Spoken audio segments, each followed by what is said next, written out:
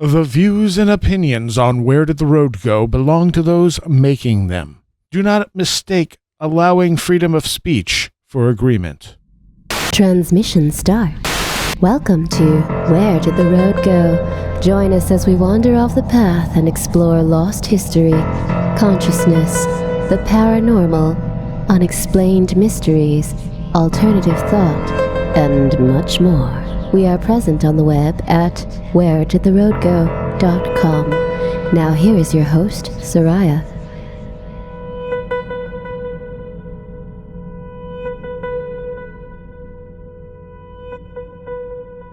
Welcome to this edition of Where Did the Road Go? And tonight I have with me Mr. Super Infra-Saxon Man. Hello, hello. I have Mr. Christopher Ernst. Hello. And I have, returning from far too long ago, Barbara Fisher. Hey, how's it going? It has been much longer than I realized until people started complaining you haven't been on the show. I know.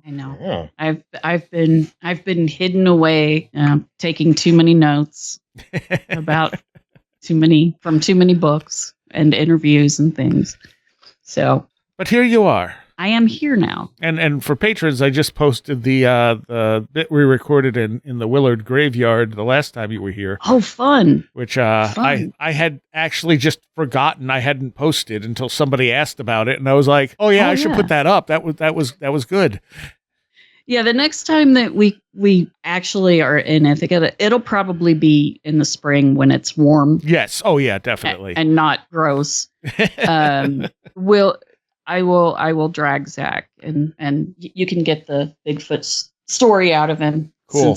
Cool. Unlike me, he doesn't have as many stories, but his are awfully good. Nice. I also want to see. I want to take you two out to Connecticut Hill and see what you think of that place. That'd be cool. Yeah, I mean, both of these guys have been there now, and it's just a weird place. I have some friends who are also looking at doing possibly a documentary or a short documentary about the area, and they asked me if I wanted to go up the day after Christmas, and I was like, hypothetically, sure, but it's unmaintained roads and it's upstate New York in the middle of winter, right? So yeah, we'll see. Yeah, it may not be the best combination there. I mean, it might be 70 degrees out. Who knows? That's true, too. That's also true. But yes, that little clip is up for patrons, and people can just buy it if they don't want to become a patron and hear it.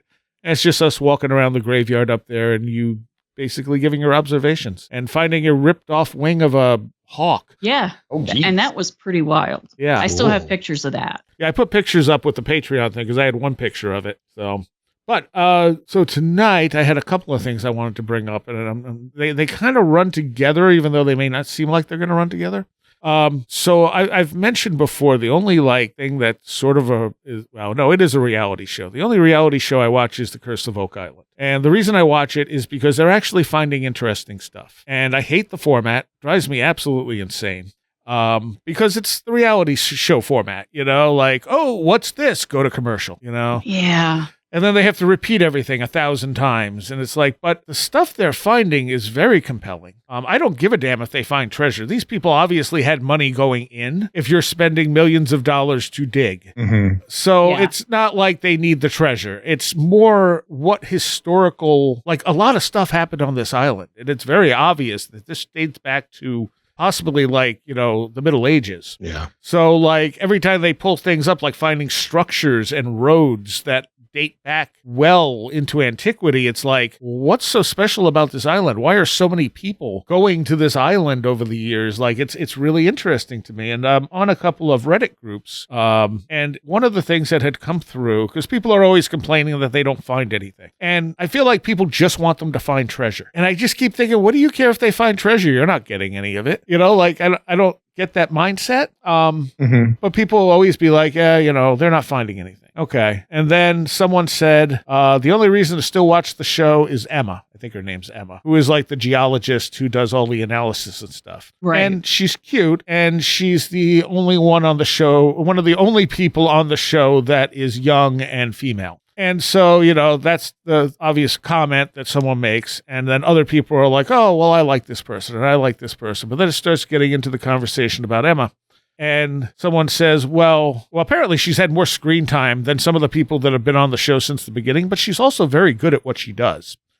And someone said, well, they kept her behind a desk for the whole first season she was on. And eventually someone goes, yeah, you idiot, she was pregnant. And I'm like, was she? Like, where did this information come from? Are you just assuming that's why they kept her behind the, you know what I mean? Like, right. Yeah. Like, do you know this for a fact? Do you know her? Did you see something? Because I did a quick Google on her and I didn't see anything about her having kids or anything like that. But that may not necessarily, she might keep that private.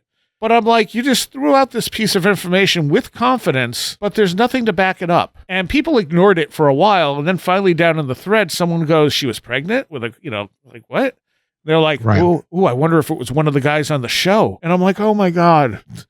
I'm like, this is how this stupidity works. And it always is, always is how this stupidity has worked. But the internet enables it to work faster. Yes. Yeah. And I'm like, we don't even know if she was pregnant. This was one person making a statement, but now we're assuming it's true. Well, I mean, it's not, and again, this is not taking where did the road go into politics. This is merely an observation. It's like the JD Vance couch thing. You know? Like some guy made something up. Yeah. Yeah, well, that's exactly. Do you remember that? I mean, obviously I don't. Barbara does. Yeah. Oh, so it was this thing that basically, like, when they picked JD Vance, or when Trump picked JD Vance to be the running mate, somebody wrote on, it was probably Twitter, that in JD Vance's book there is this section where he makes love to a couch, and it doesn't exist in his book, but it has become this thing, or it was for a while, right? This thing, and I wouldn't be surprised if there are multiple people out there who actually think that this is a part of the book where he recalls as a teenager, boinking a couch. Right. Yeah. Right. Yeah. And I remember when it happened, and I was like, wait a minute. I would have remembered that crap in the book, because I would have laughed so much. Yeah. And it would have become a running joke in my household, because, my kid was in middle school and Morgana has the humor of a middle schooler, as does my husband. We all would have known all about that. So I was like, that I call BS on that. Yeah. But there were people who I called BS on, and they were like, no, it's really true. I'm like, okay. It's really true. Yeah. I read the book. Did you read the book? No, you did not, did you? I read the book. Well, I would have remembered that. I think with politics, it's a little different because people want to believe negative stuff about the people they don't like. Yeah. Whereas this But I also think with the phenomena people want to believe, or with weird phenomena, people have a lot of preconceived notions that they want confirmed. Yes. Too. Yeah. So, Where I was going with this is okay, so this person made this statement that is not backed up by anything. It might be true, but we don't know, because there was no evidence to, they could have just assumed that because she was behind the desk. Sure. And sure enough, they could have put her behind the desk because she was pregnant. I mean, it's totally a possibility. But then, translate that to this drone phenomenon. We see people popping up going, well, I'm a such and such, and I'm going to tell you what this is. Right. Completely. Yes. I've seen so 100%. Many of those videos. It's what? Yeah. I've seen so many of those videos. Yeah. Yes. And the problem is, how do you sort through it? How do you know? Because none of these people ever offer, solid information. It's basically either they really are this person that they say they are, doesn't mean they're right in their interpretation, or they could just be saying that because they decided that was their interpretation, and it would be more believable if they were, a pilot or, someone who worked with the military or whatever. But they never show credentials. They never give you anything to back up what they're saying. Yeah, exactly. It fascinates me. I was looking yesterday evening at some of the UFO, UAP, alien subreddits, and someone had posted unironically a professional photo of one of the drones. I'm saying that in quotes, and it was a 767, and you could kind of not see the tail on it because it was nighttime and the livery was dark. Yeah, and people were defending this thing as a drone. Yeah. And but somebody, there was a top comment in there that had made its way to the top, and the person had said, "So you're telling me the aliens have airplanes?" I'm so happy for those aliens. Yes, they do. With him was amazing.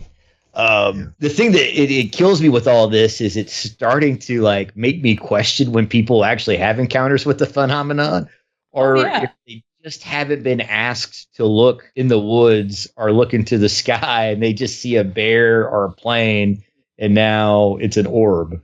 Right. Yes. And that's driving me crazy. It is. And I think all this, it serves to muddy it both intentionally and unintentionally. And if I didn't have my own weird experiences, I might be getting really bitter right now.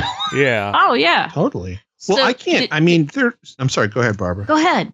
I was just going to say there's been a ton of those videos that I've seen all over social media that are, and a lot of people point this out, but they're just bokeh. They're just, I say this as somebody who, I guess I am an expert in this because I teach it, lens-based, like photography, cinematography. Like this is like, they're like, I would say maybe a third of the videos I saw, especially the ones that are talking about plasma orbs, are people, it's an unfocused light, and it creates this really cool effect called bokeh. And a lot of people know this, and it's, really obvious. And there's a lot of stuff where people are like, putting it out there, and it's, understandable, sensational, fad, but yeah.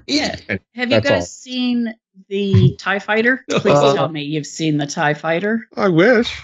Okay, so Zach, it was not yesterday morning, it was the morning before. We were drinking coffee. Fox is home. He hadn't gotten up, so it was quiet. And he says, oh my God. He said, this is why I can't take any of this drone stuff seriously. And I was like, this what? And he goes, I'm just going to send it to you. And a U.S. senator, I can't remember his name. I guess I could look it up. But he posted on Twitter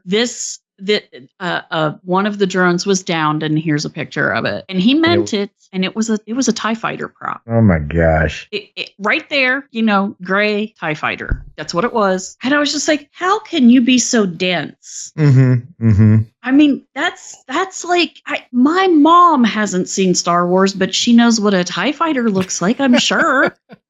Yeah. I mean, you can't. You there for 30 years or so, you can't turn on the TV without the latest Star Wars toys being on the TV. Yeah. How? And I was like, I can't blame you for that, baby. This is really dumb at this point. It's really like frustrating to me in a way because, you see those things and, I think I may have talked about in the show with Red Pill where there's the news anchor on the scene in New Jersey and he's under the IFR approach to LaGuardia, which is the path that they route the planes in to land at LaGuardia, when the wind's blowing a certain direction. Yep. And he's pointing up at the drones flying over, and they're the planes going to land at LaGuardia. And I'm just like, that you're not one step further just to tell people that these are just airplanes. So either you just have assumed that, your confirmation that these are drones, or you don't care. But if it convinced you and you thought there was no need to look further, what does that say about everybody else too? Like, is everybody just assuming that they can be convinced so easily, I guess, is what I'm trying to say. The manipulation level is easy. Well, it boggles my mind. I used to live in the BWI flight path when I lived in Maryland. And there is no mistaking when you live in a flight path. Yeah. Right? Yeah. There is no question. And here in Athens, we do not have an airport close by. The closest is Port Columbus, Columbus is about an hour and a half's drive from here. But we're still in the flight path now, and they are way higher up, from than when we were in Maryland at BWI. But you can still see when they start their descent. So it's not hard. Like every time I've ever seen weird lights in the sky here in Athens, they have not been in the flight path. Right. Or if we see one, it's kind of like, wait. Oh, look at that. Look, it's got the navigation lights. Yeah. And the landing strobe. Okay. Yeah, that's what that is, Yeah. And people, I don't understand why it's so hard to not see FAA lights, right? That are on every American aircraft. Yeah. I mean, those things are standard. The stuff that I do think I can see people getting misled by is like, I'll see a picture pictures posted or video of like 3 helicopters, Yeah. and only one of the helicopters will have the nav lights on. The other 2 will just have their, something like a landing light or a spotlight on. And so it looks like a helicopter and 2, Whatever. orbs, essentially, or something like that, right? And but if you go look at the way helicopters fly and the way that they do things, especially at night, because you're trying not to blind the guys in the other helicopters, when you're in close formation like that, you douse some of the lights, and only one person has the nav lights on, because that way they know the traffic's there, and you've got that light for avoidance, but it's also not getting in the eyes of the pilot immediately next to you that's following you, Yeah. But yeah, I'm like, okay, I get that, but still, it's like you don't have to look too far. And that's not to say that there weren't anomalous drones or other things happening with all of this. But when we talk about politics, there's always agendas behind those things, and maybe it's just because there's a multitude of agendas here that are smaller. Yeah, that's why it gets pushed so much. But it just, to me, because it's something you can go look at. Makes me feel like that it should be easier for people to discern what's anomalous and what's an aircraft or whatever. Yeah. But a lot of people don't look up normally. That's the thing. So now people are looking up and they're going, oh, look at all this stuff in the sky. And it's like, yeah, but that stuff's there all the time. You just don't ever look up. Yeah. I mean, even Starlink. Yeah. Yeah. I mean, how many? It's been at least a year that he's been launching those damn things up there.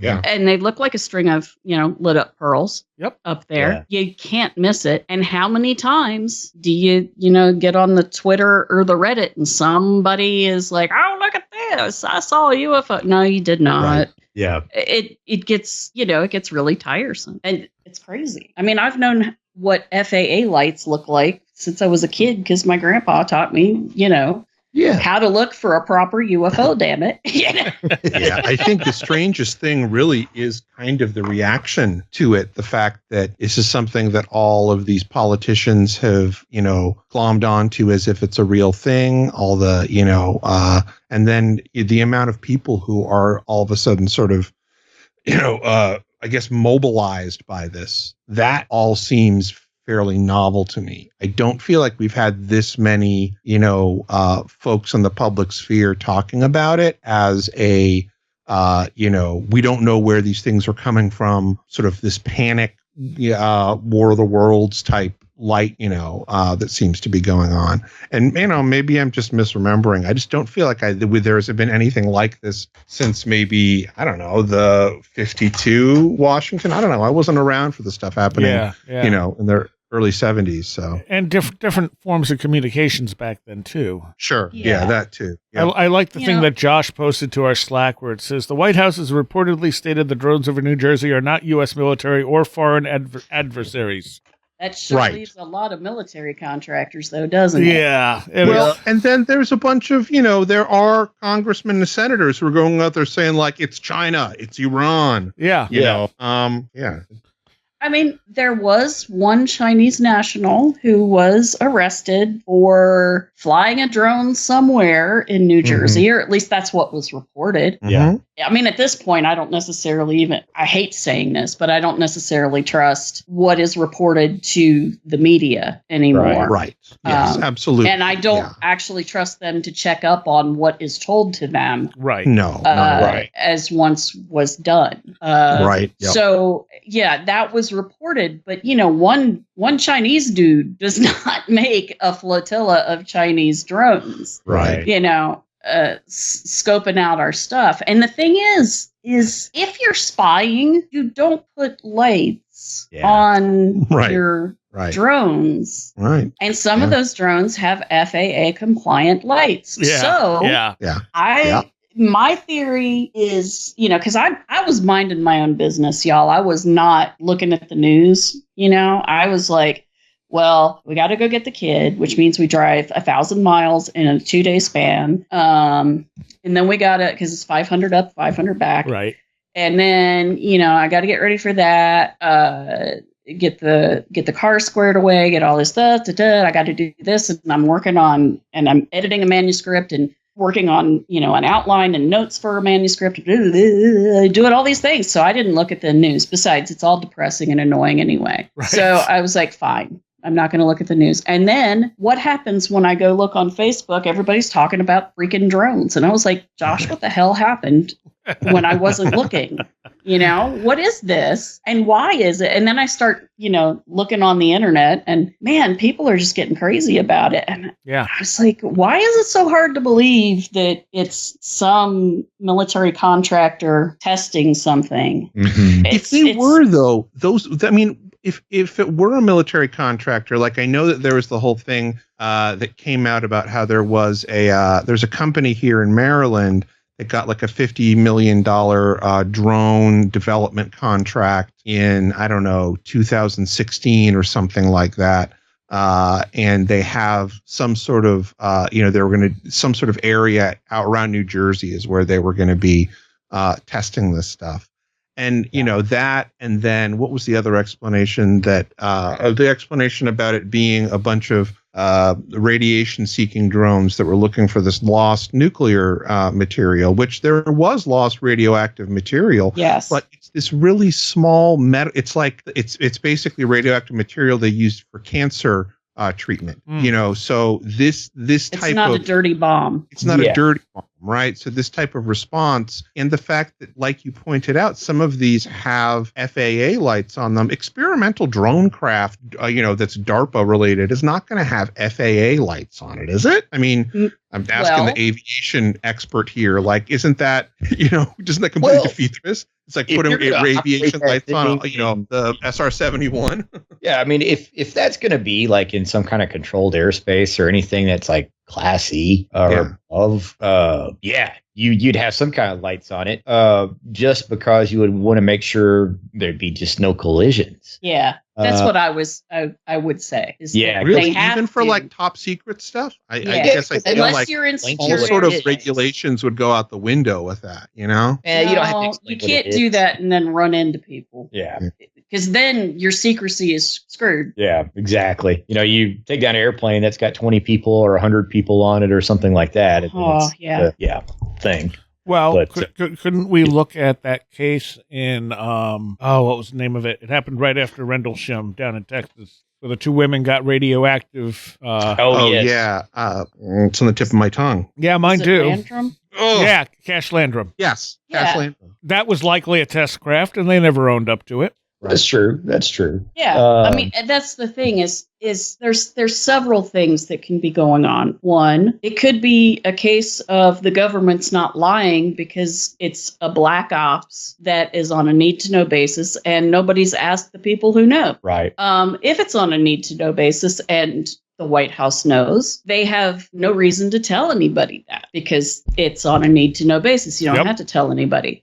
Yeah. If it has to do with radiation seeking, it is possible that small amount of radiation didn't go missing, quote unquote, but is being used to test and see how small of an amount of radioactive material can be found. Yeah, that's a good one. In a urban setting. Mm-hmm. So That's a good, it's one thing to find a little tiny bit of radiation out in the middle of the woods. Right. But it's a different thing when you're dealing with, hey, it could be in a building. It could be in a hospital building, which has radioactive material in it. It could be, there's labs. There's, all of these things. There's, all kinds of radioactivity in every city at this point. Yeah. So it may be that they're just seeing how carefully and how small of an amount they can use to trace something.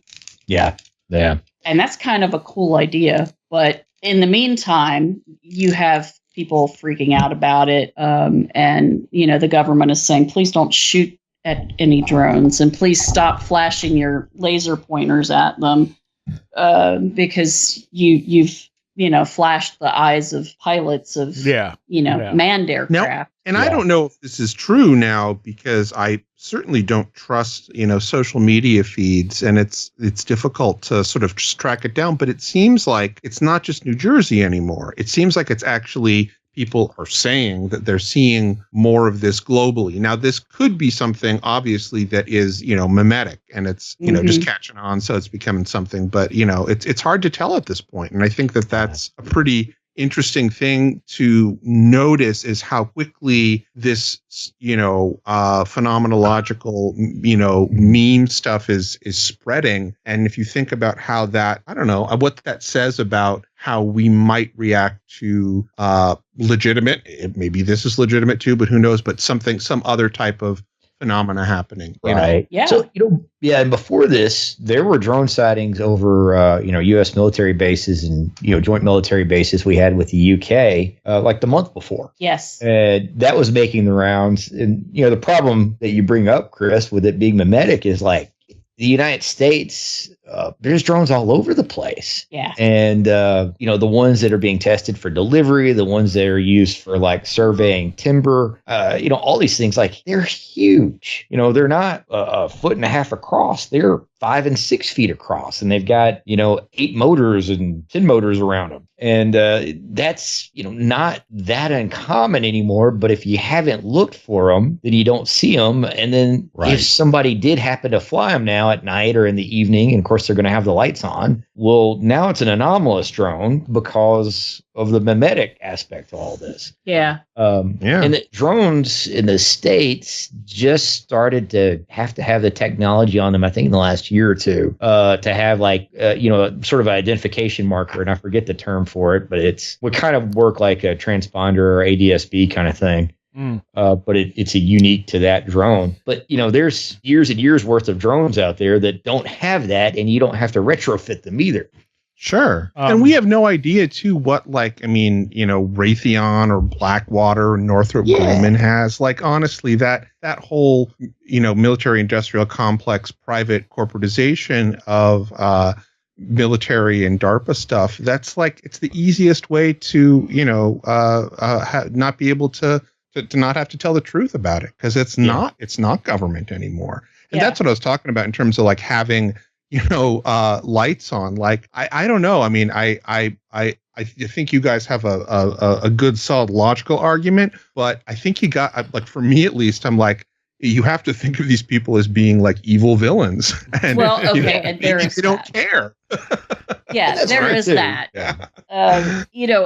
The closest thing recently that I can think of that stirred people up was the Colorado drones of 2019. And that, I think, was probably the closest that we got to this, but really those stayed in a pretty discrete location. It was not spreading from New Jersey to Ohio, because there were drones sighted over Wright Pat last week.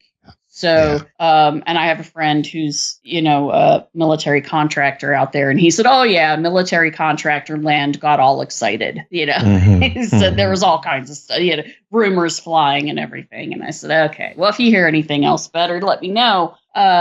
But that's the last time, we've heard people get excited. And then before that probably would have been the Tic Tac video. Yeah. I did want to read what Robert Guffey posted about this because it's interesting. He said, regarding the mysterious wave of large car-sized drones invading the skies of the United States, a friend, collaborator, and Chameleon reader from Canada sent me a message last night that read in part, "Hope all is good for you and you're not being droned out. Could they be what you describe in Chameleon?" I was pleased to see that someone other than myself had noticed the eerie parallels between current events and the surveillance run-amok technology I describe in the pages of my 2015 nonfiction book, Chameleon. I had been thinking about those parallels myself quite a bit during the last few days. Back in 2004, my friend Damien, named Dion Fuller in the book, insisted that flying saucer-like drones had followed him out of San Diego into Texas and all around the country. That's right. Almost everyone I knew at the time concluded Damien was suffering from delusions. Now, at the tail end of 2024, everybody in America, including the population of San Diego, where Damien was living when the chaos described in Chameleon began to unfold, is seeing the same so-called delusions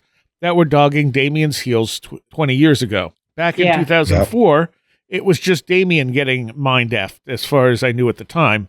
Now in 2024, everybody's getting mind-effed. I can't wait to see what 2025 will bring.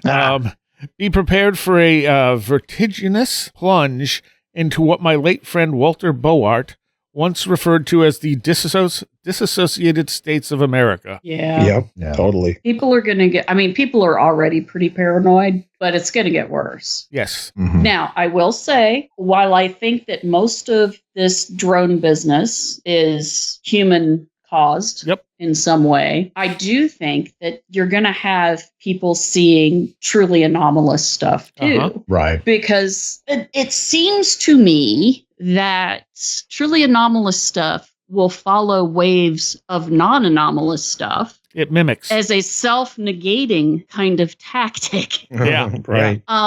And there's also the issue that people are seeing orbs that are silent and that are, we're talking treetop level or slightly above. Mm-hmm. And they were seeing these for, several years before and now. So Sure. now we have the drones mixing in. So we're Yep. going to have all kinds of stuff. And what I think we might start seeing is a lot of people will see these, orbs and people will say, oh, that's just the drones. People are going to get used to the drones and be like, oh, that's just the drones. It's just the Right. drones. Don't worry about the Yeah. drones. Yeah. Mm. Sure. And, 100%, I've yeah. already had people out in San Diego tell me that, oh yeah, we had drones over our house last night, but they were silent. Like, drones ain't silent, baby. Well, Yeah. there may be silent drones that we don't know about, though. That's the thing. I mean, what do these black projects actually have? Yeah, I mean, it's Yeah. possible, but I mean, air displacement from rotors is air displacement from rotors. Right, but they may not be using rotors. Yeah, it Ag- could be. again, Although I mean- now I'm sitting here going, okay, what's the propulsion system? I sound like a nuts and boltser. But well, you figure you know. if the tech is really 20 years ahead and the speed that our technology is moving nowadays, I mean, what would that even look like? Well, they better start up with Star Trek because I'm getting tired of this planet. I'm just saying. They better get that warp drive fixed up and running because Now- there's some people we need to kick off the island anyway.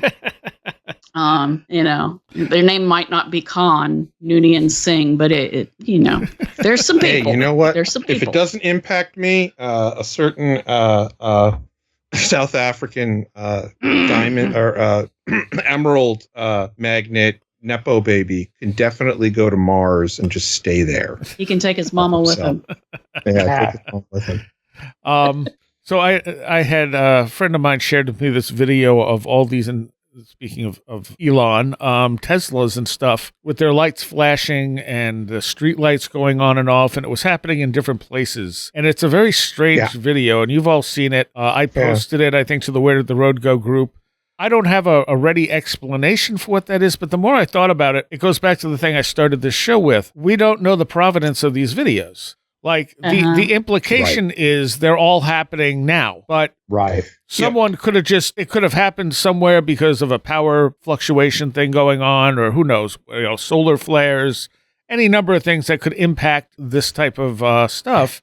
And then they Googled and found, oh, this has happened other places, but this was 10 years ago, but we're just going to compile it into this one TikTok video like it's all happening right now. Right. That's been happening with, videos of anomalous stuff happening in the sky, too. Oh, yeah. There's been it'll say like this happened yesterday in the Philippines, and it will have been, some UFO video I remember from 10 years ago or something like that. Yeah, that happens all the time. So it's very hard to understand what you're looking at when you're just seeing a video. You have no detailed information, and you don't actually know when the video was taken. Right. Yeah. Right. Yep. And How that is it was edited, right. how it was filmed in the first place. Was it really a camera phone? Was it, there's so much, and there's so many ways that you can manipulate video at this point easily. It's not like, back when we were kids and you had to cut the videotape physically and then tape it together and, or use film and to make a laser on it, you scratched it, physically throughout the whole scene. Yes, I hung out with nerdy film kids. Yes. Speaking of Star Wars, Yeah. Yeah. Yep. And so we don't know that. I mean, we are in the age of pure disinformation. Yeah. Like there is no way that we can know what is real and what isn't. It's lots of fun. Yeah, Not. It's really scary to me too. The Tesla stuff. When we were talking about that, I saw the videos where people were doing because there's a light show feature on the car, and they even rolled out a Christmas light show where you could play along to Jingle Bells or something like that. And you don't know if that got sank with those other things of lights flashing on the street, or one of the things I saw going back on the drone side of things is somebody filmed the air traffic from a distance over LA. Oh, geez. Yeah. That's an extremely busy airspace. Yeah. And they're like, look at all the drones out here. And again, it's a big airport, y'all. Yeah, man, I was There's flying out several there of them. one day with a very easy pilot in the back of his plane, and we're at 12,000 feet, and we look to our right, and there's a guy with a parachute and one of the fans strapped to his back. Oh my God. I mean, Oh boy. yeah, he probably shouldn't have been that high. I mean, he can, Yeah. but it was just one of those things where it's there is so much going on out there. But all that is to say, getting back to your point, Barbara, that terrifies me is we don't really have a way to trust or verify things anymore. Yeah, no. And so I think the other end of that sucks is it's also weakened our burden of proof. Yes. I was listening to RPJ on Tim Binnall's show, and they were talking about, kind of the state of things now versus when Jacques Vallée first started, kind of coming on the scene, and how things have changed and how they didn't. And, RPJ was kind of fired up going on this thing about somebody testifies before Congress. They're like, oh, Roswell happened. And then you go talk to the person well, how do you know Roswell happened? Well, I talked to this guy. Yeah. And then you find out that guy is, somebody who never actually was there or heard it from somebody else. And so there's no firsthand, I saw this or I saw the remnants of it. It's I heard it from somebody. But because it was in front of Congress, everybody's like, oh, well, that means something. Yeah. Yeah. That's It's like that Rush guy. Yep. Yeah. He never saw anything himself. He was just passing on information to Congress that somebody else said they saw. Yeah. Well, hell, I can say I saw all kinds of crap. Yeah. Anybody can say that. And then Well, I got tell a lot of someone, stuff I and then wanna they can pass go on to tell Congress. Congress. That doesn't mean that. I mean, I'm not saying Grush himself is lying. Right. Yeah. Right. But is he a dupe for the people that talked to him? Yeah. Right. Did they tell the truth? I mean, that's how propaganda works. That's how disinformation works. Yeah. Well, that's the whole shift that I think we've talked about, or a lot of people in sort of these days, I think I've talked about before, is how, it seems like there has been this shift or a flip really, where it used to be in the sort of the paranormal community, you didn't trust what the government said. Right. But now there's it's kind of like there's this cognitive dissonance because they're saying, don't trust the government, but do trust the government at the same time. Yeah, I know. What Drives me nuts. If we Which is force the government to tell us the truth, force? What are you doing to force them? Right. Yeah. Yeah, right. Yeah. If you don't trust them with vaccines, y'all, why are you trusting them with aliens? Exactly. I'm just saying. And then that goes into that whole, which I think really most of the people, if not all of the people that are politicians that are getting behind this UAP thing, to me, that it seems like they're just trying to create this narrative of us versus them. Look, we're out for you guys. We're behind the people. We want disclosure. But it's really just another, and I'm saying this about all parties. It's all, something else they can do to, get in good favor, get more votes. Raise money for Raise money space weapons. Right, exactly. Yeah. Meanwhile, we're not really talking about anybody upset with healthcare because we're occupied with drones. But not to take us too far down that path, but Sure. it's like when they had the train derailment in Palestine, Ohio. Suddenly all this other stuff started happening. Yeah, I noticed that real strongly. And that chemical crap is still in the ground and in the water over there. Yep. But is Dealing with anybody that for a talking long about it? time. No. Yeah.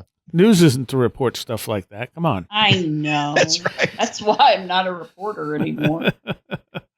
Wait, were you a reporter at one point? For a very short period of time. Mostly I was a copy editor. Because I really liked doing that. But yeah, I was a journalist for a short period of time in the 80s. You need to write an autobiography as well. Yeah. So I've had every job. And you have so many that is my autobiography. I have held lots of different weird jobs. And you've had so many been a clown fascinating ever? Stories. No, I would give myself nightmares if I did that. I unfortunately was one summer. Oh, You were a You clown? don't have to get into that. I was a full white faced clown. Yeah. What were you doing the summer of 2016? Yeah, right. This was a Were lot you earlier. carrying a than that. balloon in the cemeteries and walking around with this, kind of shady No, looking.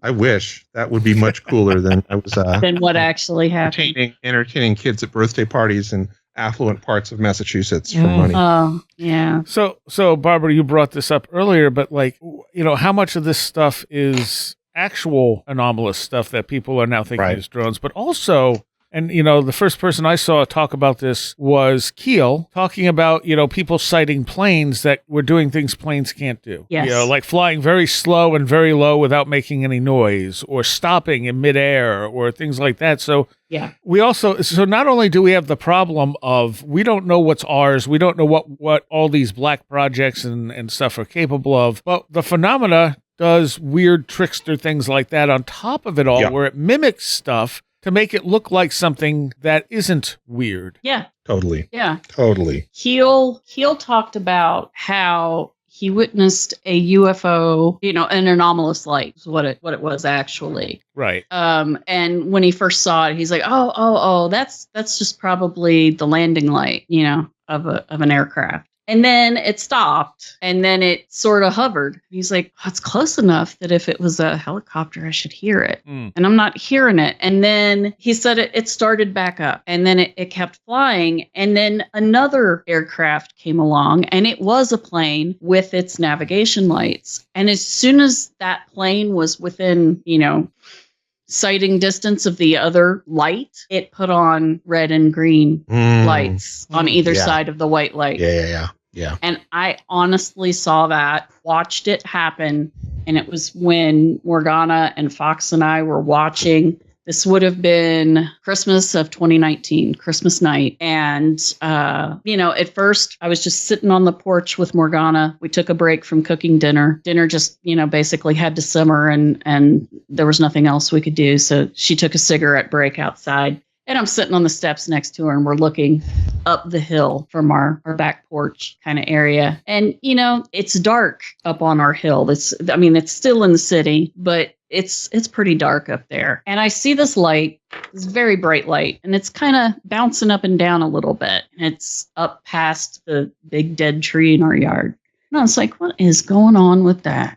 Ain't that a thing? Yeah, but I don't say anything. And then Morgana pipes up with, Mama, do you see that weird light over there? And I said, yeah, I do. And then it bounced and disappeared. And I said, well, I did. And she said, yeah, I did too. And then weird lights just started flying over the house. And at first we were like, oh, that has to be just, a bunch of aircraft coming in from the east to land in Columbus. That's what it is. Wait, there's no navigation lights.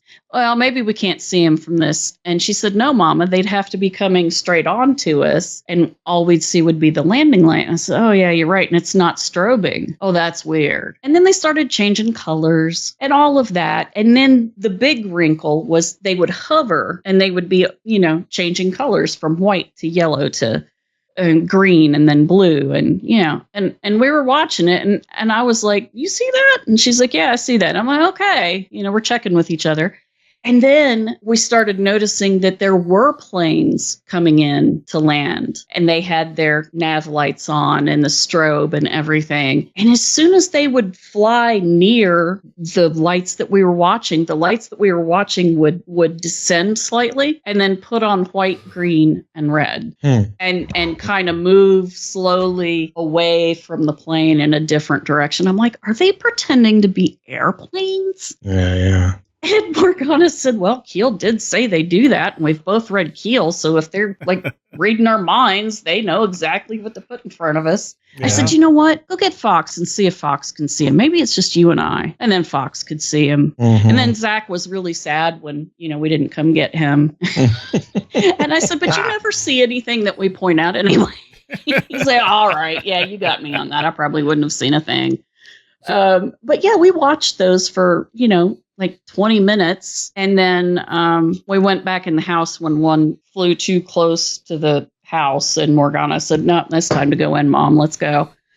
And I was like, just a minute. She said, no. It's nope, time to go. And so we went in, and it turned out that people in other parts of the town saw him too. She went to one of her support group meetings, and a friend of hers that was in the same group said, "Hey, did you see the lights?" She said, "What lights?" "The ones that were up in the sky on Christmas night." And she's like, "Oh boy, I thought it was just us being crazy. Now it's you too."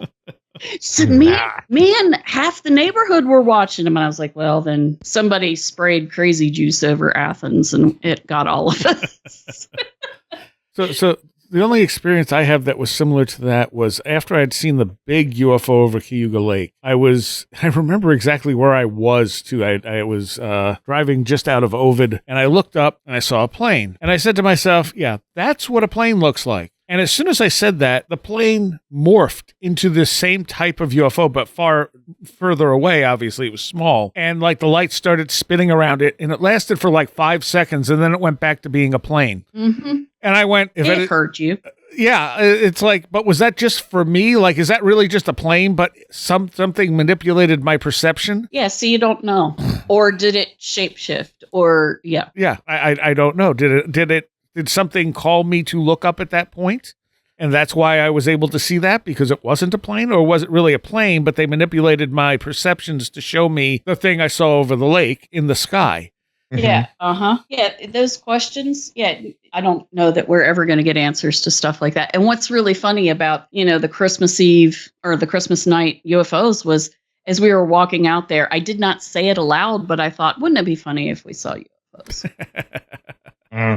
Right. And I didn't tell Morgana that until we came back in the house, because she said exactly what I thought she would say. It's like, damn it, Mom, you shouldn't have thought that.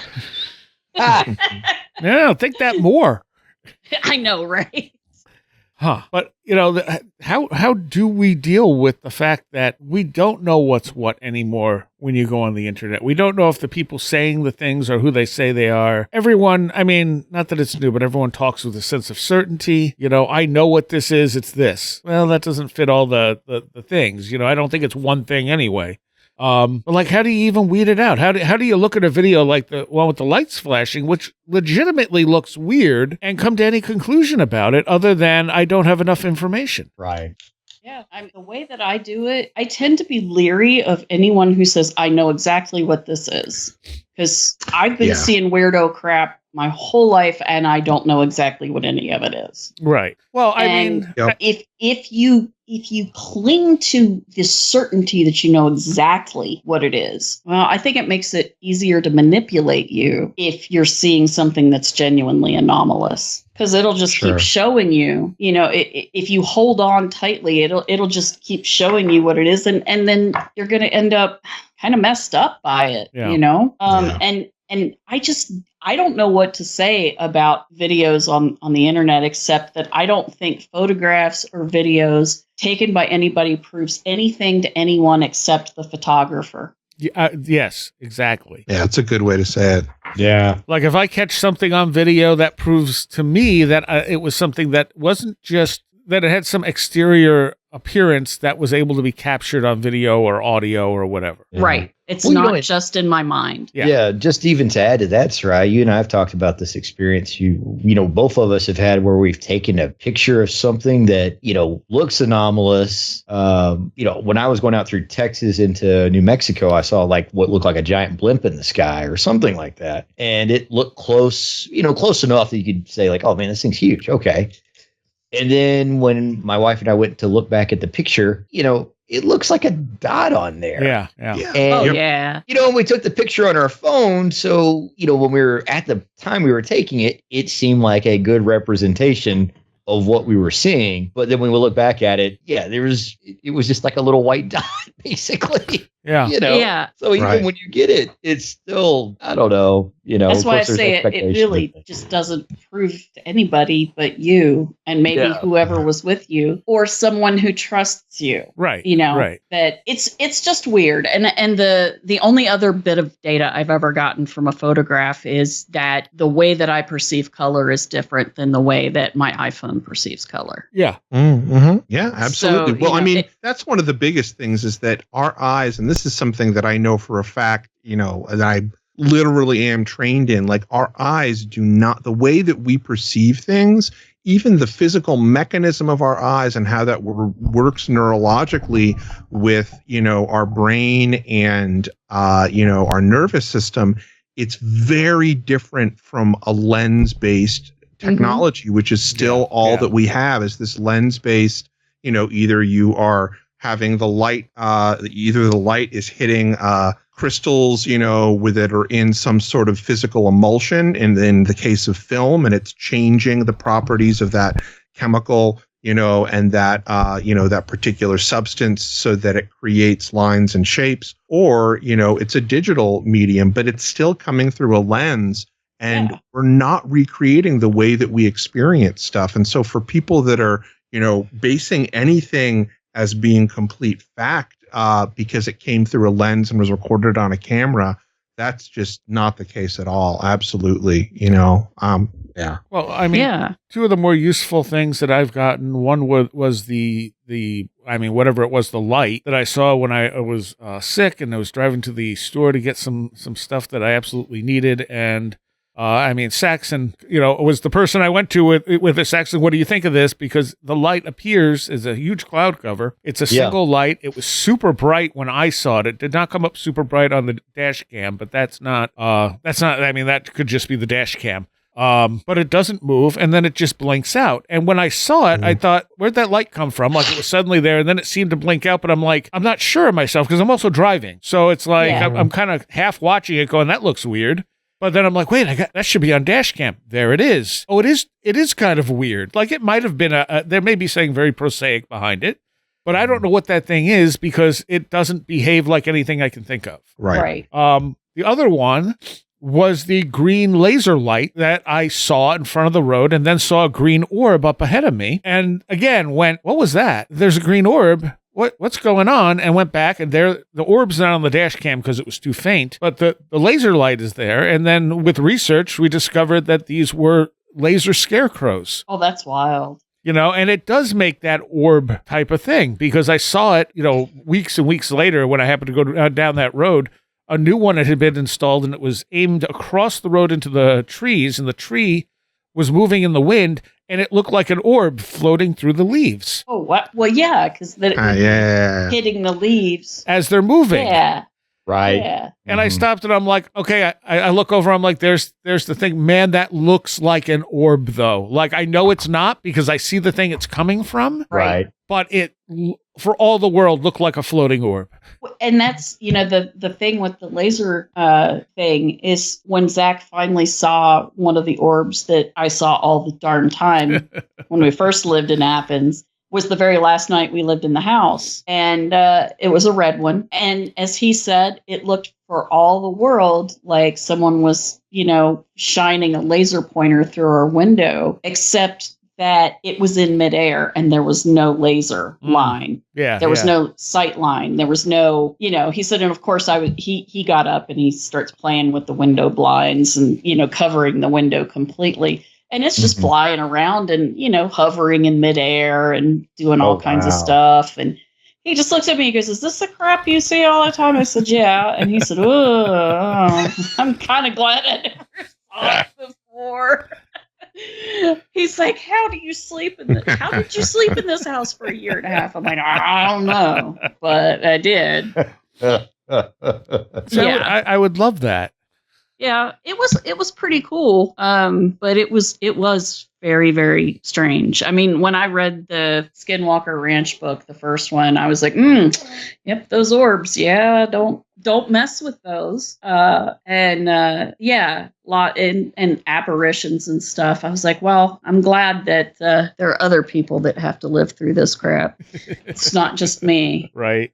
Let's take a quick break, and we will be right back. Mid-show break here, a little info and a recommendation. You can find everything at wheredidtheroadgo.com. And I now have a Substack, too. I actually had it for about a year, and I never did anything with it. But I wrote a story and decided that's going to be the first Substack entry. And I'm going to put all my writing up there, both fictional and non-fictional, as I get time. And, of course, anything new will go up there as well. You can find some of my writing on wheretheroadgo.com under the blog section. But, I think I'm going to put it all on the Substack because it seems like a pretty good place to put that type of stuff. Anyway, I wrote a story and it came from a dream that I had back in, April or May. Mixed it with a lot of other stuff. And it's up there for you to read if you so wish. It's a short story. Probably take you 10 minutes to read it. Hopefully, you'll like it. Other than that, everything can be found at wheredidtheroadgo.com. All the links to all our social media, everything is linked there. So that's all you need to do is go there. If you want to email us a story, stories at wheredidtheroadgo.com. If you're a musician and you'd like us to use your music as an outro for the show at some point, contact at wheredidtheroadgo.com is the best place for that. And now for a recommendation. I'm going to go with something I recommended before, but I'm going to re-recommend it since the second season came out. The Rig. It's a really good show, and it has some really interesting ideas. And I thoroughly enjoyed season 1, hence I recommended it. And season 2, I think might actually be a touch better. You can find it on Amazon. And like I said, I really like it. It's a good supernatural sci-fi-y sort of series. And it's only a handful of episodes for each season. So there you go. That's my recommendation. Now back to the show. This is Where Did the Road Go? And I have here Barbara Fisher, Christopher Ernst, and Saxon. Hello. I'm using Saxon's short version of his name.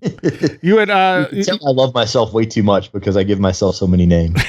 you had said something during the break that I wanted you to repeat about muddying the waters here. Yeah, we've talked about this a couple of places. Red Pill, and you and I talked about this too, but Barbara kind of talked about it a little earlier in the show. But, part of this, I assume, is intentional because, as drones are becoming more ubiquitous and separating it from real anomalous sightings, muddying the water so much right now, just flooding the sphere, both with well-intentioned and, not well-intentioned videos and all of these things. I think part of this is curated by design. So when people actually have anomalous experiences, nobody's going to take them seriously because it was just a drone. That's going to be the retort. So we've intentionally poisoned this topic. And this is the first big sort of I'm going to inoculate your ability to talk about anomalous objects in the sky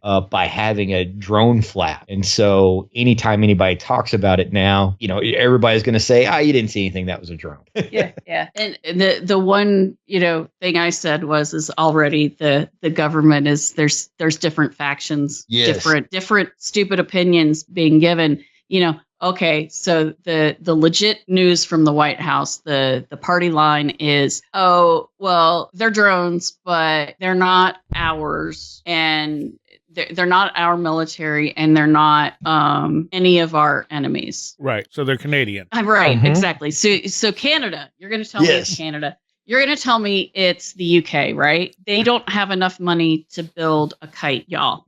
So why are they sending drones to come see? Is this I do think the Revolutionary War Part 2? I do think there have been drone sightings in the UK recently, too. There have been. Yeah. That I saw that. There's all kinds of weird stuff going on in the UK. There's lots of dogman sightings and people getting attacked and stuff. Oh, really? There's all kinds of weird stuff going on out there. I just have to add to this that as soon as you said Canada, my brain went to NHI, which is not human intelligence, but it's also national health insurance. Yes. Yeah. So I'm like, And they are Oh my both part gosh! of our If discussion. the drones are going to give me health care, I'll take it. Yeah, for real. Canada, please come down with your drones and give us your health care. We would like that. It's got both. Or it's Mexico. Yes. And it's real life, honest to God, illegal aliens from space pretending to be from Mexico. This is how they're getting across the border, is they're riding on the drones. To New Jersey. It explains everything. It's perfect. Oh my God. Yeah. And then I will say though, I would want one of those that Saxon linked, I think on the Slack to the personal drone like copters. That's basically like a cockpit in the middle of a drone. Yes. Those. Oh my gosh, that thing looks like so much fun. Well, yeah, kind of. I'll see if I can find the name while we're still in the show. But it's essentially the equivalent of like a 4-wheeler or a quad bike made into a drone. So you're sitting in the little cave. I have seen that picture. It's Yeah. the weirdest thing. There's I'll part find of the me that's like, oh, I want to do that, and then there's part of me that's like, that's because you grew up with hillbillies and rednecks. It would be like, hold my beer, watch this. Oh, I mean, it is. It's totally got that vibe. And like their Instagram page where they're, doing some of their early test flights and things like that, they're flying the thing through the woods down trails. Oh, whoa! God. I didn't see that. Yeah, that is definitely some 20, redneck 30. nonsense. Oh, yeah. Can you imagine if you were out in the woods hiking or maybe you're going to hunt and you see this thing kind of far off with some lights on it going by 30 feet in the air, 100 yards away? You better be careful and be in one of those states where hunting is only with shotguns. That's true. You might get because if it's with rifles, some terrible things could happen, and that would be one of those things that the judge and the cops would be like, well, he was hunting and they saw a UFO. Yeah. So he decided to shoot it. Right, exactly. Which I'm actually kind of surprised that hasn't happened. Well, is this a drone or something? Is this though the first step toward flying cars? That's another thing that people have been saying is that what if this is the beginning of the flying car era? And while yes, I was a child and I thought the Jetsons was cool, but I don't trust people to drive on the darn ground. Yes. Yeah. I don't. So I really don't trust them to be driving in the air. You know, no. I mean, people already drive crazy. Yeah. The thing about flying is the flying part is kind of easy. The general, like the way the controls work. It's when stuff goes bad or your attention is distracted. That's how you end up dying because there's no pulling over in an aircraft.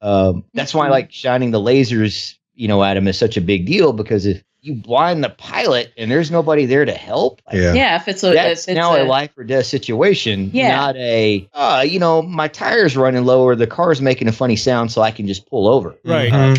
Right. Yeah. Yeah. And so that's always a sort of like, I can't imagine trying to manage the radios and all those things. And they've got plans I've seen. I don't know how far any of these are along in testing, but where you could hail basically a personal transport that you would sit in, that's basically a drone and would take you to the, building that you needed to go to. That I feel like is more sensible than giving everyone just free access to fly. Yes. I agree. That I think works better. The scary thing with that will be just, what's the sky going to look like in a city? I just can't believe the congestion that will come from that and things. Yeah. Or are we going to have like such a division in class that we'll all just be looking up at it. That's it. Yeah. That's one of the parts of the Fifth Element that I liked was the insane traffic and the levels of traffic in the air. Yeah. It was a crazy, crazy film, but it was beautiful to look at. And then, you see the crazy traffic. It's like, okay, yeah, the Jetsons was just, simple compared to this. And that's much more like what it would be like, because humans are crazy and we do crazy things. And yeah, that just doesn't look like fun to me. I mean, it's cool to watch on a movie, but right. But to be part of it, no. Food trucks, zipping around and stuff. No. 200 years ago, people probably would have said that if they saw a modern freeway. Oh, sure. And Absolutely. they'd be right. Sure, insane. People really were not into the whole horseless carriage thing. There was a lot of fear, and of course, there weren't all these things like driver's licenses back then. Yeah, Mhm. So there were people driving who just I bought the thing and drove it home, and ran into a tree and ran over somebody's chickens and all those other things. So yeah, I figure they would have been absolutely horrified. And of course the horseless carriages scared the horses. right. Mhm. Well, I don't know why this brings this to mind, probably because we're talking about cars. But occasionally, I've wondered what it would be like if you took someone from 200-300 years ago. Let's say they popped in here through a time rift. And first of all, you put them in a car, and they're like, "What is this thing? Like what's going on?" You kind of explain to them horseless carriage, whatever, and they're willing to accept that. And you're driving at night, and I'm sure a lot of people, especially like around here, it happens a lot. You put your high beams on. As soon as you put your high beams on, someone comes the other way. You turn your high beams off. Yeah. And it's like just a regular routine most of the time where you're like, I think I'm good. I can turn my high beam, and there comes someone. Okay, turn the high beams back on. So I'm thinking, if you're that person sitting in the car who doesn't know what's going on, you may not realize that those lights are a car. Right. So you're thinking every time he hits that What is switch, lights appear from the other direction. Yeah. Right. Yeah. And what are those? Yeah, and it would be a perfectly reasonable conclusion, but the wrong train of cause and effect. Yeah. Right. Sure. Yeah. Correlation does not equal causation. Right. Yeah. And then what if you put on the radio, or if you had Apple Play in your car, and you put music on or a freaking podcast. Yeah, right. Or any of that. Oh, go back 40 years and show someone a cell phone. They'd be like, "What is this?" 40 years, they'd be like, "Hey, it's a communicator." You're right, from Star Trek. Yeah. Yeah. Oh, it's a phone? You can just call people? No, we don't really call people with it. No, we don't want to talk to people. Well, we send them little notes. We can play music on it. We play music on it. We look at videos on it, and we send people little notes, and they send us notes back. And if we want to see them, we say yes, and we make a plan, and then we don't go because we decided at the last minute that we didn't want to see people. But the analogy there, though, is like us looking at anomalous stuff and thinking we have the cause and effect right, and thinking that this makes sense, because it does make sense, because when you do turn your high beams on, chances are you're just going to turn them back off. So it's like, well, they must be summoning those other lights. Yeah. And it would be a completely reasonable conclusion. So how many conclusions do we have about paranormal, unexplained, anomalous stuff that's simply backwards or wrong? For sure. Yeah, probably lots. Yeah. We're closing in on the end of the show, but I wanted to bring something up because I just started this, and somebody was recommending very emphatically that I listen to a podcast called the Telepathy Tapes. And I was like, okay. And he's like, no, seriously, listen to the Telepathy Tapes. And I'm like, hey, okay. And so I was in the middle of a paratopia because I really like listening to Jeff and Jeremy. And I find it scary how much stuff this show covered the same ground that they covered without me ever having heard it back then. Right. And that's just fascinating to me. And I wonder how far ahead I would have been had I been listening to Paratopia. Yeah. Because, it's like we tread the same path. No wonder Jeff liked coming on here, So, I got done with, the most recent Paratopia and went, all right, let me check out this Telepathy Tapes. My mind was absolutely blown. This is a documentary style podcast. It's not fiction. And it is a woman investigating the telepathic abilities of nonverbal autistic people. And it is stunning. I'm only like a little bit into episode 2. And these kids seem to be able to literally see through their like certain people's eyes, like their mom's eyes. Yep. So they can't talk, they can't communicate. The parents are generally told they won't evolve beyond like that of a toddler. Yep. And they're doing things like where I just stopped the kid who has limited verbal, in this case, limited verbal skills. He has trouble putting a sentence together, but he can say words. But he's very smart. A lot of these kids are very smart. And the mother is sitting in the next room, and as she's writing a word on the paper, he's yelling out the letters as she's writing them. Oh, wow. So she went to write movie, and she wrote M. You hear him go, M, M-O-V, and then she writes I, and he goes, movie. Yeah. She didn't even finish the word, and the woman's just like, oh my God. And they did like a more controlled test in the first one where they took a 3-digit number and gave it to the woman at random. And the girl couldn't talk, but she had an iPad, and she'd type in the number. She was 100% correct every single time. Wow. Like the skeptics who were there were just like, what the hell? It's stunning because, I mean, here we are testing telepathy in normal people and getting higher than average results some of the time. So it's showing there is definitely something there. But here are these kids who we've clearly underestimated in the first place, their abilities, because they're nonverbal. And we just figure, well, they can't learn, but they're on such a telepathic link that it's not only undeniable, but very, very accurate. You know, it's not slightly above chance. They're saying, 80, 90, 100% accuracy rate on these kids. Yeah. Well, it makes sense. They say that if one sense is blocked, like say you're born blind, then your sense of hearing is more developed. Well, they can't speak. So they communicate using the latent in everybody else's minds telepathy. Mm-hmm. They reach out. I mean, humans communicate. That's what we do, and that's part of why we are a very successful species, because we communicate and cooperate. Well, they are communicating how they can communicate. Right. The other thing that I found interesting in the first episode is that the girl said that she sees people around her at night when they turn off the lights. Mm-hmm. Oh, wow. And I'm like, this doesn't surprise me, because if she has that telepathy, she's probably tuned into other stuff as well. Mm-hmm. And of course, most of the families were freaked out when they started realizing this. Like the mother's going, he literally knows everything I'm thinking. I can't lie to him. I can't hide things from him. Like and one of them said something like, they'll ask for potato chips, and they'll be like, there's no more potato chips, and they'll be like, yes, there are. There's this number, and they're here.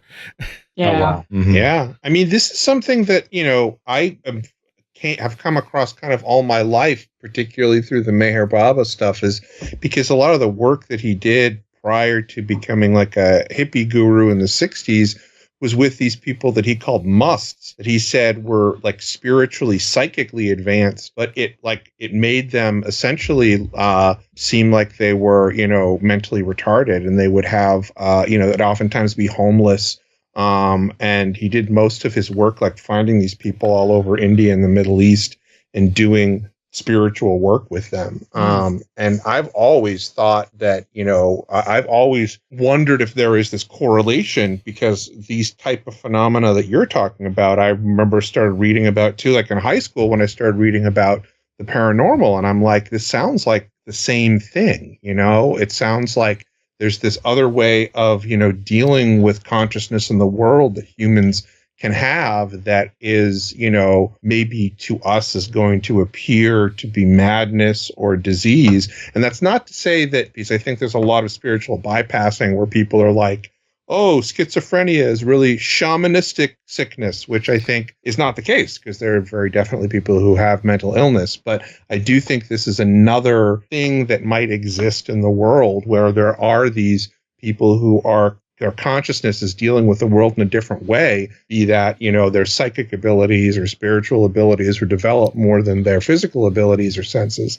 That seems like something, but it's not. Just like you were saying, Soraya, with the headlights, it looks, you think that one thing, because it seems like a mental illness, people are diagnosing it as such, but it might be something different. Yeah. Mm-hmm. So, to the person who recommended that, thank you, because that's cool. Yeah, now I have to go listen. Yeah, me too. It's one of those things where I don't know. It's very professionally done. But after I get done with it, I might see if I could get the host to come on and talk about it. Depending on how the rest of it goes. I'm literally 1 1/4 episodes in, and I'm already just awestruck by this thing. So let's see if they can keep that up the whole 8 episodes or however many it is. But definitely worth the listen. I will have recommended it before you hear this show, because the show will come on later than a couple of other shows, and I'm recommending it on the next show. I'm so confused in time with things like that. But yeah, it's a very interesting avenue of study. And they're talking a lot, too, about how one of the scientists who's trying to research this can't get any funding. And they're talking about the problem of materialism, that, they just don't believe this stuff is possible, so they're not going to fund it. Nope. That's right. Well, Dean Radin basically has proven that telepathy exists. Oh, yeah. And that it works over and over and over. Mhm. But the materialists keep putting their hands over their ears and over their eyes going, la, la, la, la, we don't hear you, we don't see you, it's not real. Because they don't want to let go of, at some point we should probably do an episode about materialism and its stranglehold on our understanding of the world and how it may be limiting us as a species. Yeah, because I think that, when you're talking about these kids that are nonverbal and all these people having freak bouts over neurodivergent kids, like, all this autism, oh my God. And it's and they're trying to come up with this, that, and the other thing to explain it. What if it's an evolution? Right. What if it's an adaptation to something we don't know we needed to start adapting to? What it reminds me of, please tell me you guys have read Arthur C. Clarke's Childhood's End. Yes. Yes. Yeah. Absolutely. It reminds me of the last generation of children. Sure. Yeah. Because they didn't speak. They did not hang out with their parents. They sat in rooms and looked like they were just staring into space, but they were communing telepathically with each other and with essentially the cosmos. Right. And then they started being able to do telekinesis. They started changing things in their environment. And that's what that kind of reminds me of, that might be part of what's happening with these children. And, who knows, maybe it was always like that when you had children who were nonverbal. And it's just now that humans have become sensible enough to look into it, or have become creative enough to look into it. And, maybe all along these kids were,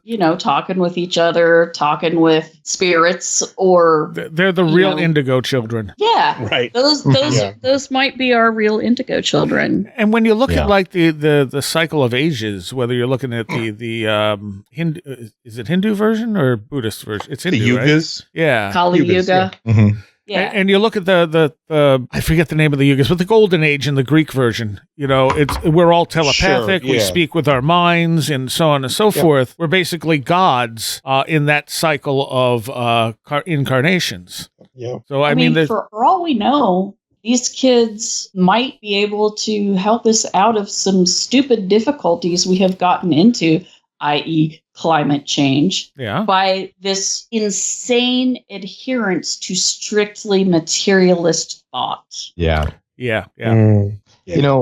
With the climate side of things, I was listening to some stuff about Gilgamesh today, and, the King's List and all those things. Mm-hmm. And, this was not getting into how long these people supposedly lived, but, it crossed my mind. I'm like, if you didn't have to worry about predation and you didn't have to worry about toxicities in the environment that we don't know about that we've created, and, say we understood or we were intuitive a bit more about something that was, beyond materialism, maybe you do live longer.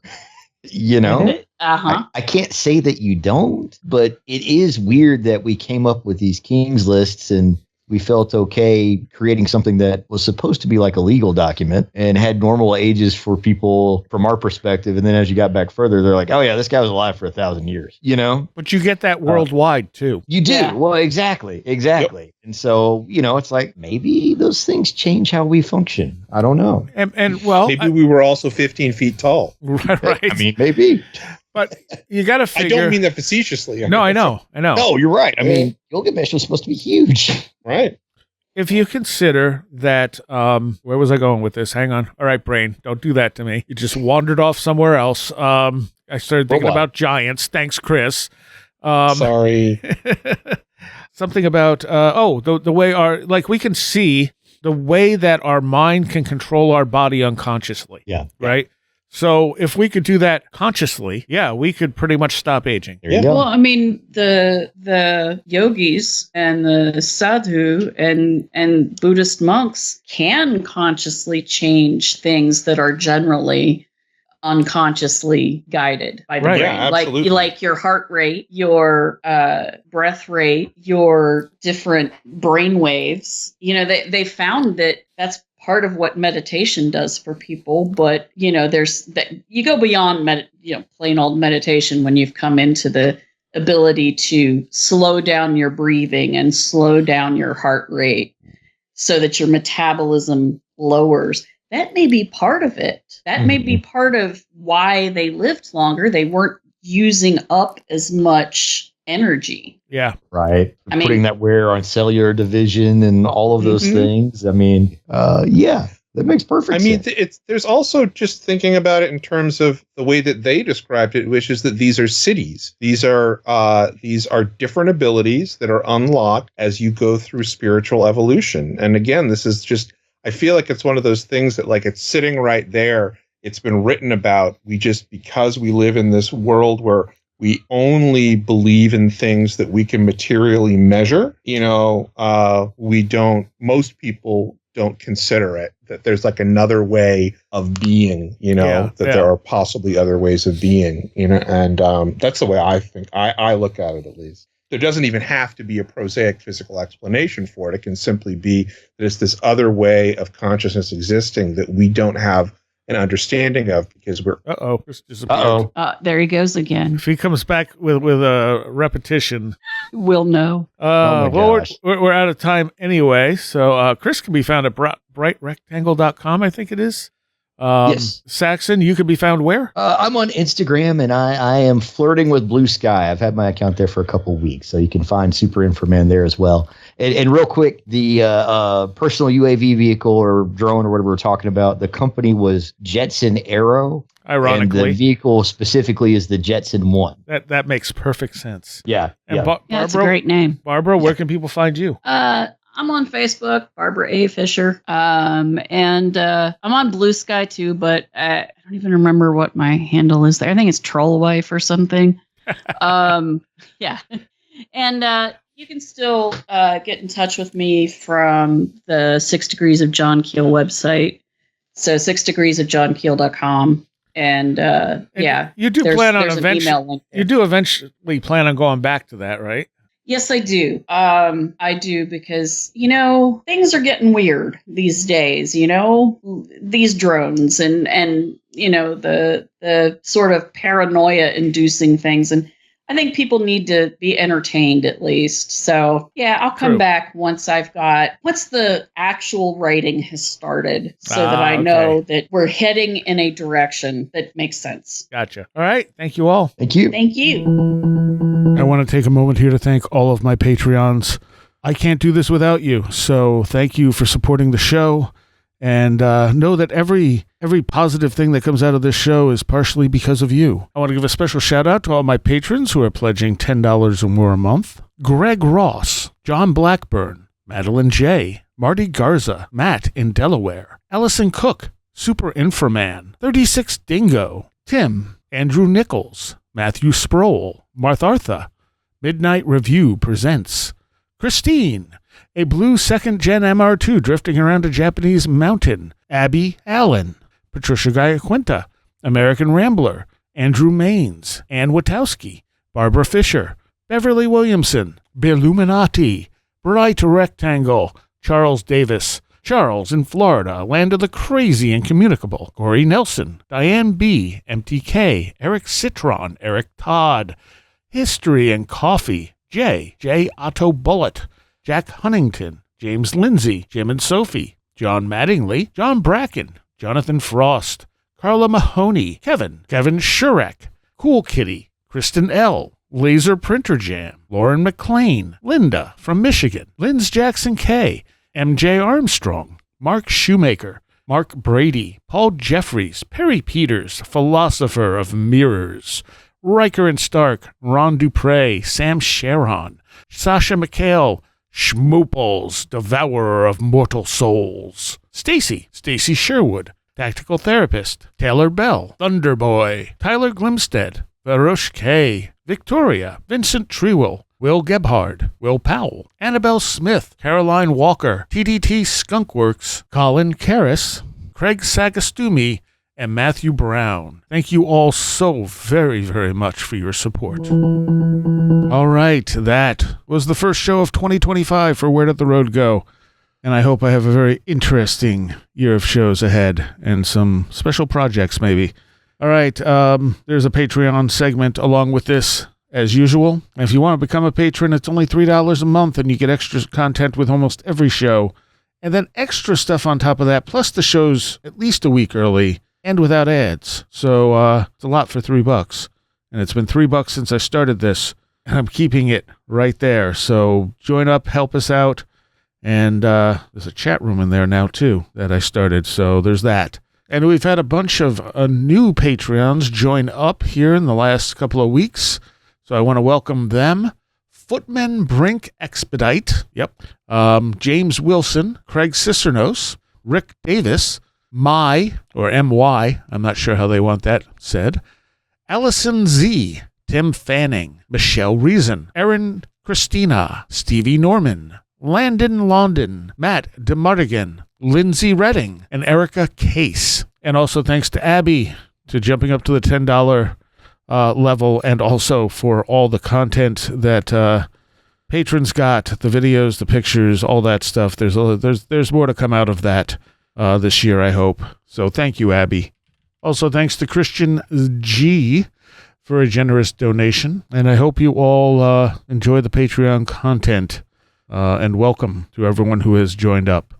All right, for those of you who don't know, I also do a metal show. It's not a metal show. It's a metal heart to the show, but there's a lot of other types of music mixed in called The Last Exit for the Lost. So if you like heavier music and you want to hear stuff you're not going to hear elsewhere, and maybe find your new favorite band, check out thelastexit.org. All the shows from 2024 are up on our Mixcloud archive, which you can just grab an app for and listen to anytime. They're up with our sister show, The Metallic Onslaught, which is a little more straight ahead musically. I try to do some unusual stuff, as you can see if you look through the playlists and stuff. And I pull up a lot of very rare, good stuff that has slipped through the cracks over the years. All right, that's all for this week. I'll see you next time. You have been listening to Where Did the Road Go? This show is made possible in part from our Patreons, and we thank you and everyone listening for helping us continue this exploration of the strange. You can always find everything Where Did the Road Go related at www.wheredidtheroadgo.com. And thank you so much for your support.